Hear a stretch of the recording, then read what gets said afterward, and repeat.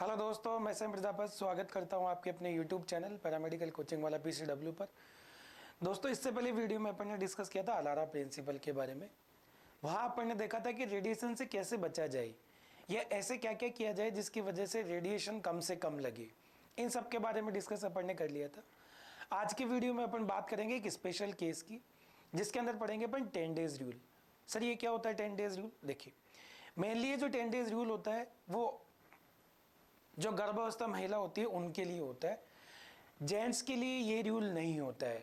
ठीक है, तो सबसे इंपॉर्टेंट चीज जो ये रूल पढ़ा जाता है 10 डेज रूल, वो किसके लिए पढ़ा जाता है? केवल और केवल महिलाओं के लिए पढ़ा जाता है, केवल वुमेन्स के लिए पढ़ा जाता है, केवल लेडीज के लिए पढ़ा जाता है। तो अपन देखते हैं इसमें कि जो 10 डेज रूल होता है वो क्या होता है। ये प्रैक्टिकल की दृष्टि से भी बड़ा इंपॉर्टेंट क्वेश्चन होता है क्योंकि जो वाइवा वगैरह होता है वहां पर पूछा जाता है कि साहब 10 डेज रूल जो होता है उसके बारे में बताओ। या फिर कंपेटिटिव एग्जाम की यदि अपन बात करें तो वहां पर भी ये पूछा जाता है। एक साइकिल आपको बना के दिए देते हैं, उसमें ये पूछा जाता है कि बताइए साहब इस साइकिल के अंदर कब एक्सरे करवाना चाहिए और कब एक्सरे नहीं करवाना चाहिए। तो ये सब बातें अपन इस वीडियो के अंदर डिस्कस करेंगे कि 10 डेज जो रूल होता है वो क्या होता है। ठीक है, तो सुने बेटा।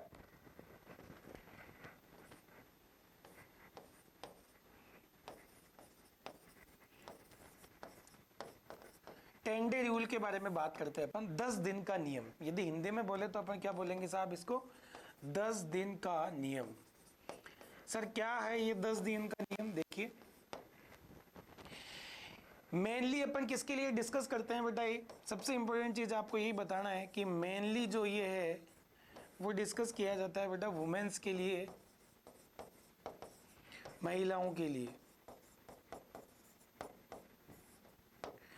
महिलाओं के अंदर देखिए, जो लेडीज प्रेगनेंसी के दौरान होती है उसी के लिए किया जाता है, ये सबके लिए नहीं होता है। ठीक है कि नहीं?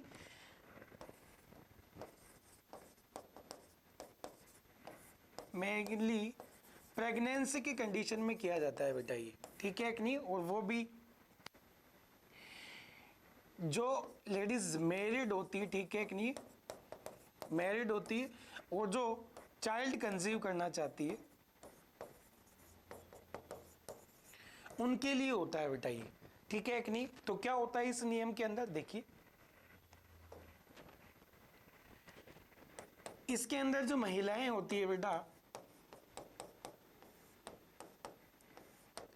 वो एम्ब्रियो को रेडिएशन से बचाती है। ठीक है कि नहीं? अपने पिछला जो वीडियो देखा था उसमें देखा था कि जो रेडिएशन होती है उनके यदि एडवांटेज है तो डिसएडवांटेज भी है, मतलब फायदे तो उनके नुकसान भी है। मैंने एग्जाम्पल दिया था आपको ओवर स्पीड का। यदि आप गाड़ी चला रहे हो, गाड़ी में यदि ओवर स्पीड आपकी है तो उसके नुकसान है, यदि स्पीड लिमिट में चला रहे हो तो उसके फायदे ही फायदे हैं। ऐसे ही अपने पास में जो एक्सरे होती है उनकी दोनों चीजें होती है, फायदे भी होते हैं तो नुकसान भी होते हैं। तो जो महिलाएं होती है वो जो प्रेगनेंसी के दौरान बच्चा कंसीव करता है तो उसको रेडिएशन से बचने के लिए अपन ये 10 डेज रूल फॉलो करते हैं। क्या होता है सर 10 डेज रूल? देखिए, जो मेंस्ट्रुअल साइकिल है उसके स्टार्टिंग के जो 10 दिन है उसी के अंदर आप एक्सरे करवा सकते हो, अन्यथा नहीं करवा सकते हो। इंपॉर्टेंट पार्ट समझे,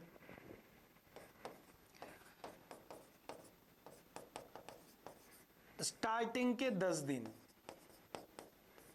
सर, क्यों स्टार्टिंग के 10 दिन ही एक्सरे करवा सकते हो? और एक्सरे भी ऐसे नहीं, सारे सबके लिए ये रूल लागू नहीं होते। मेनली दो ही पार्ट होते हैं जिनके लिए लागू होता है। एक होता है बेटा पेल्विस वाला पार्ट और दूसरा होता है एब्डोमेन वाला पार्ट।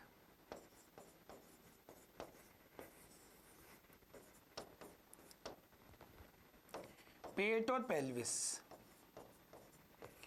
इन दोनों के लिए लागू होता है ये। सर, बाकी में क्यों नहीं होता है? तो सुने बेटा ध्यान से, बाकी में चाहे आप देखिए, चाहे चेस्ट का एक्सरे करवा लीजिए, लोअर लिम्ब अपर लिम्ब करवा लीजिए, हाथ पैरों के एक्सरे करवा लीजिए,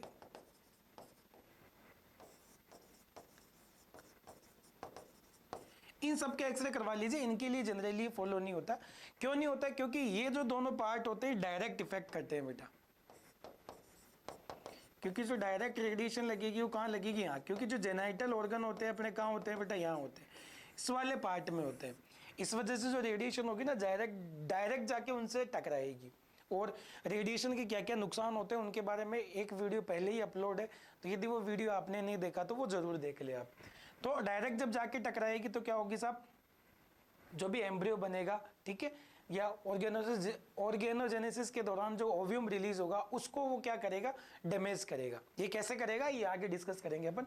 तो स्टार्टिंग के 10 दिन ही कर सकते हैं। जैसे सुने बेटा ध्यान से, जैसे मान लो कोई लेडीज है, महिला है, कोई लेडीज है, उसकी जो ब्लीडिंग का टाइम है वो 1 जनवरी है। मास्टर मेंस्ट्रुअल साइकिल की जो डेट है वो 1 जनवरी को स्टार्ट होती है। तो आप 1 से लेकर 10 जनवरी तक क्या कर सकते हो, उसका एक्सरे कर सकते हो। इसके बाद में आप 10 से 20 तक आप उसका एक्सरे नहीं कर सकते हो, क्योंकि उस टाइम ओव्यूलेशन होता है। क्या होता है बेटा, ओव्यूलेशन मतलब एग रिलीज होता है। और यदि आपने इस टाइम इसको रेडिएशन से एक्सपोज की, यदि आपने इसको क्या किया बेटा, एक्सरे से यदि एक्सपोज किया, तो इसके डैमेज होने की पॉसिबिलिटी बहुत ज्यादा होती है। ठीक है, तो आप 1 से लेकर जो 10वां दिन है वहीं तक आप एक्सरे कर सकते हो, इसके बाद में आप एक्सरे नहीं कर सकते हो। यदि आप एक्सरे करोगे तो क्या होगा बेटा, ये एक जो है वो क्या होगा, जो रेडिएशन हो उसको लगेगी और उसकी वजह से वो क्या हो जाएगा, डैमेज हो जाएगा। अब सर डैमेज होगा तो क्या होगा, तो सुने ध्यान से। यदि मान के चलो आपने 11 से 20 दिन के अंदर यदि आपने एक्सरे करवाया है उस पार्ट का, ठीक है, तो उस पार्ट का यदि एक्सरे करवाया तो क्या होगा, ये मान लो एग रिलीज हुआ, आपने करवा लिया इसका एक्सरे, और उसके बाद में मान के चलो स्पर्म आ गया। स्पर्म आने के बाद में यदि इससे टकरा गया और एम्ब्रियो बन गया, आपको पूरा प्रोसीजर पता होगा बेटा। ये एम्ब्रियो यदि बन गया तो एम्ब्रियो के अंदर क्या होगा, आपको पता है, ये जो एग बना है ये क्या है, डैमेज है, रेडिएशन से ये एक्सपोज है। और जब ये रेडिएशन से एक्सपोज होगा तो इसके अंदर कुछ ना कुछ चेंजेस आ जाएंगे, और वो चेंजेस किस में आ जाएंगे, इस एम्ब्रियो के अंदर आ जाएंगे बेटा। और इस एम्ब्रियो की वजह, इस एम्ब्रियो में यदि चेंज आएगा तो जो चाइल्ड बनेगा, इन्फांट बनेगा, जो चाइल्ड बनेगा वो अनडेवलप बनेगा, या फिर उसमें कोई भी जेनेटिक चेंजेस हो सकते हैं, अनडेवलप हो सकते हैं या, ठीक है। तो इस वजह से ध्यान रखा जाता है कि जो अपने पास में एक्सरे हो वो एक्सरे कौन से कौन से दिन हो, 1 से लेकर 10वें दिन ही हो। और मेनली देखो सारे एक्सरे के लिए ये लागू नहीं होता है, मेनली जो हाई डोज वाले एक्सरे होते हैं उनके लिए लागू होता है ये, mainly high dose x ray.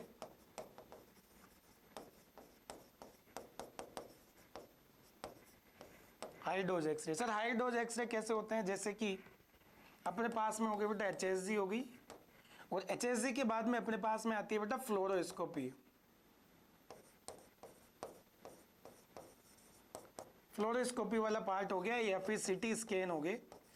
In part में जो होती है, इन केसेस में क्या होती है बेटा, हाई डोज लगती है रेडिएशन की।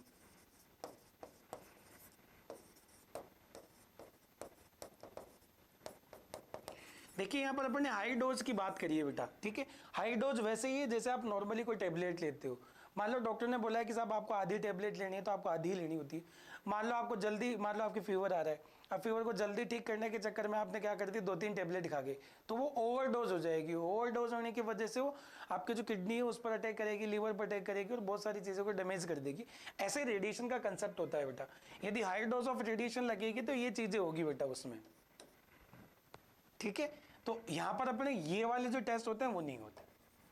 अब देखो ये यदि अपन 10 डेज रूल की बात करें बेटा थोड़ा सा, तो 10 डेज रूल अब ऑलमोस्ट नहीं होता है। 10 डेज रूल पहले ये बहुत होता था, लेकिन आजकल ये ऑलमोस्ट खत्म सा हो गया।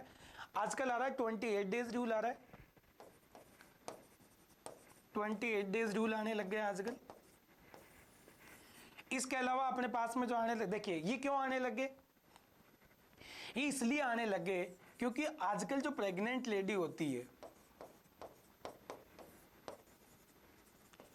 उसको एक्सरे की बजाय ज्यादातर यूएसजी जो सोनोग्राफी होती है ना,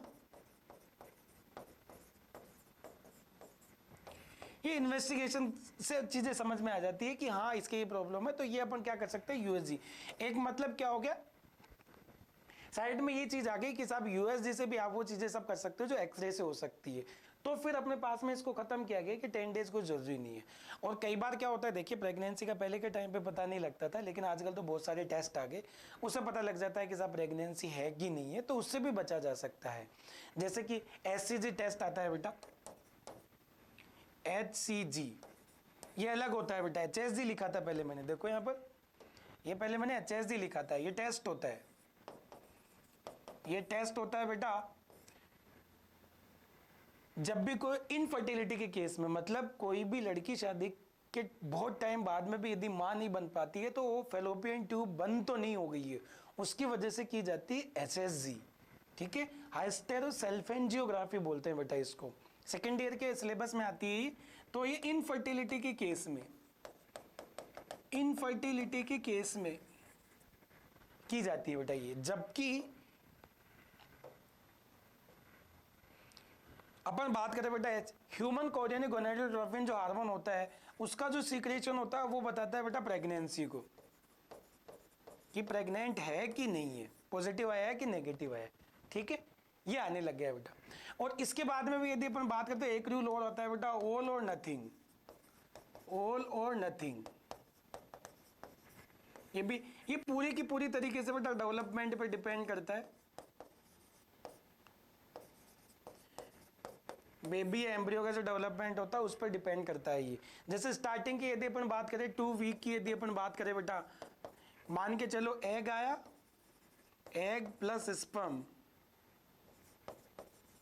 ये फर्टिलाइज हुए, फर्टिलाइज होने के,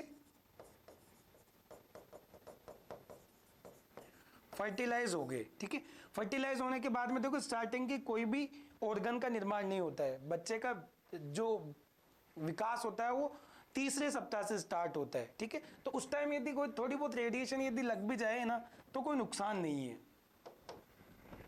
थोड़ी बहुत रेडिएशन यदि लग भी जाए ना तो कोई नुकसान नहीं है। लेकिन इसके बाद में क्या होता है बेटा, 3 वीक के बाद में, 3 वीक से 8 वीक के बाद में फिर ऑर्गन वगैरह का डेवलपमेंट स्टार्ट हो जाता है। तो वहाँ पर यदि रेडिएशन लगती है तो वहाँ पर फिर बहुत ज़्यादा हार्मफुल हो जाता है जो एम्ब्रियो बनता है उसके लिए, ठीक है।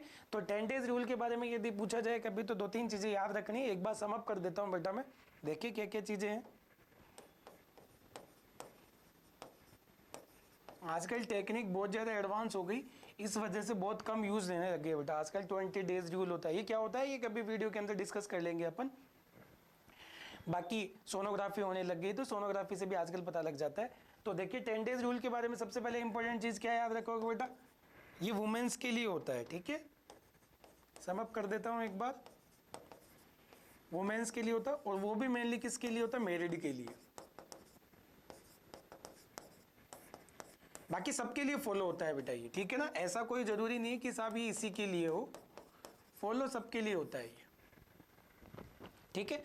ये होता है बेटा प्यूबर्टी जो स्टेट आती है 12 साल से लेकर 50 साल की लेडीज के लिए, सबके लिए फॉलो होता है बेटा ये, ठीक है। जो बच्चा कंसीव कर सकते हैं, जो चाइल्ड कंसीव कर सकते हैं उन सबके लिए लागू होता है ये, ठीक है।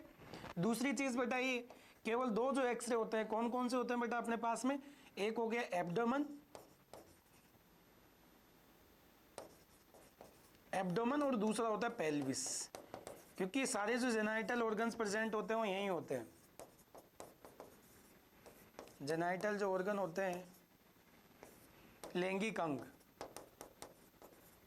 जो प्रेजेंट होते हैं बेटा वो यहीं प्रेजेंट होते हैं, इस वजह से इसके लिए करते हैं, ठीक है।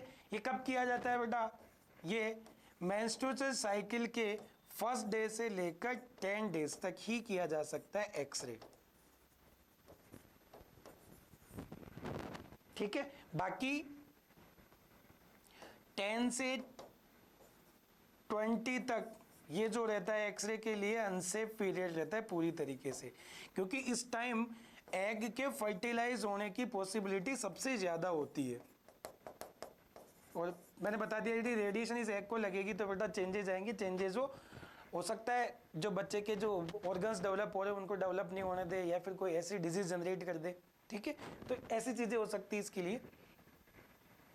तो क्या हो गया 10 से 20 डेज, क्योंकि इस टाइम पे जो एग के फर्टिलाइज होने की पॉसिबिलिटी होती है वो सबसे ज़्यादा होती है, ठीक है। तो ये अपने पास में होता है बेटा 10 डेज रूल। तो 10 डेज रूल के बारे में मेन जो आपको बातें ध्यान रखनी है वो यही याद रखनी है बेटा, वुमेन्स में लिए होता है, एब्डोमेन पेल्विस के लिए होता है 1 to 2। और लास्ट बात जो रह गई बेटा इसकी कि बाकी देखो, मान लो प्रेगनेंसी भी है, चाइल्ड का डेवलपमेंट भी हो रहा है, लेकिन फिर भी इमरजेंसी आ गई कि सर एक्सरे तो करवाया जाए, तो उस केस में फिर बेटा अपन लेड एप्रिन काम में लेते हैं। क्या काम में लेते हैं बेटा? Lead apron. लेड एप्रिन से क्या होता है बेटा, बेबी को कवर कर लिया जाता है। अभी भी मैं बेटा उसका नहीं बोल रहा हूँ, एब्डोमेन और पेल्विस का नहीं बोल रहा हूँ। इसके अलावा मान के चलो हाथ पैर का कोई एक्सरे आ गया, किसी भी टाइप का कोई एक्सरे आ गया, इन दोनों के अलावा, तो फिर लेड एप्रिन को यूज करते हुए अपन क्या कर सकते हो, एक्सरे कर सकते हैं। वो प्रोसीजर अपन कर सकते हैं, ठीक है। लेकिन इस केस में भी अपन जो हाई डोज वाली इन्वेस्टिगेशन है, जैसे कि सीटी स्कैन हो गया, फ्लोरोस्कोपी हो गया, ये अपन नहीं कर सकते हैं, ठीक है। क्लियर है? तो ये था बेटा आज का अपना टॉपिक 10 डेज रूल। सबसे इंपॉर्टेंट टॉपिक होता है, कंपटीशन की दृष्टि से भी इंपॉर्टेंट होता है, और यदि वाइवा की दृष्टि से देखें, जो प्रैक्टिकल एग्जामिनेशन होता है उसके अंदर भी, और जो शॉर्ट नोट्स टाइप क्वेश्चन आते हैं उनके अंदर भी ये 10 डेज रूल पूछा जाता है, ठीक है। ऐसे ही और वीडियो देखने के लिए आप कंटिन्यूस यूट्यूब चैनल को देखते रहिए, आप फॉलो करते रहिए बेटा इस यूट्यूब चैनल को, सब्सक्राइब जरूर कर लिए, बेल आइकन जरूर दबा दे बेटा आप, ताकि जो भी इंफॉर्मेशन है वो आप तक तुरंत आ जाए। और इसके अलावा आपको यदि इससे रिलेटेड कोई पीडीएफ चाहिए, तो पीडीएफ के लिए आप हमारा टेलीग्राम जो चैनल है, टेलीग्राम चैनल PCW+, यहाँ से ज्वाइन हो सकते हो। इंस्टाग्राम पैरामेडिकल कोचिंग वाला, वहाँ फॉलो कर सकते हो आप।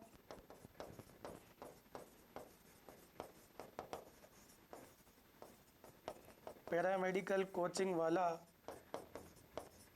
ये आप टेलीग्राम पे जा सकते हो बेटा। इसके अलावा यदि आपको पूरा कंटेंट चाहिए एक साथ, कि सर हमें तो पूरा कंटेंट चाहिए एक साथ, क्योंकि यूट्यूब पे बेटा कुछ बाउंडेशंस होती है, तो पूरा हम भी डिलीवर्ड नहीं कर सकते हैं, लेकिन आपको पूरा कंटेंट यदि देखना है तो आप ऐप इंस्टॉल करिए आज ही, PCW+। इस पर आपको कंप्लीट कंटेंट मिलेगा, पैरामेडिकल के जितने भी कोर्सेज चल रहे हैं उनसे रिलेटेड। और बाकी तो हम पूरी कोशिश कर रहे हैं कि इस YouTube चैनल पे जल्दी जल्दी आपके लिए वीडियोस रिलीज़ किए जाएं, और अच्छे अच्छे टॉपिक्स हैं उनको जल्दी से जल्दी कवर किए जाए, ठीक है। तो कंटिन्यू आप बने रहिए। बाकी आप यार दोस्तों के साथ में, अपने फ्रेंड सर्किल के साथ में इस YouTube चैनल को ज़रूर आप शेयर कर दें, ताकि उन तक भी ये वीडियो पहुँच जाए, ठीक है। Thank you, bye, take care.